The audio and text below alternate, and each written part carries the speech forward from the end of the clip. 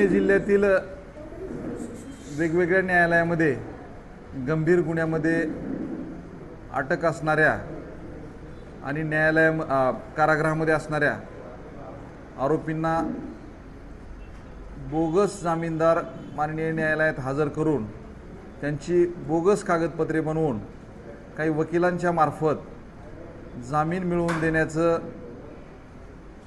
व न्यायदेवतेची दिशाभूल करण्याचं एक रॅकेट वानवडी पोलिसांनी उघडकीस आणलेलं आहे। यामध्ये आत्तापर्यंत एकूण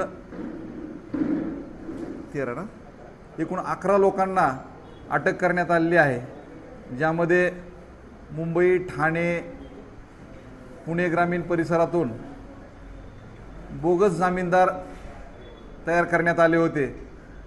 त्याचबरोबर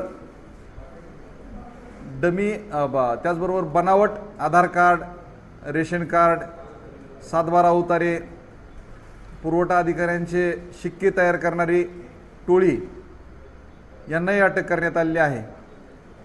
आणि अशा या बोगस जामीनदारांना न्यायालयापुढे हजर करणाऱ्या 2 वकिलांना अटक करण्यात आलेली असून पुढील तपास चालू आहे। यामध्ये सन्माननीय न्यायालयानं श्युअरिटी मंजूर केल्यानंतर बनावट जामीनदारांना 1,500 ते 2,000 रुपये जाण्या येण्याच्या प्रवास आणि राहण्याच्या खर्चासह मिळायचे आणि बनावट कागदपत्र तयार करणाऱ्या टोळीला प्रत्येक जामिनामागं 3,000 ते 4,000 रुपये मिळायचे आणि उर्वरित रक्कम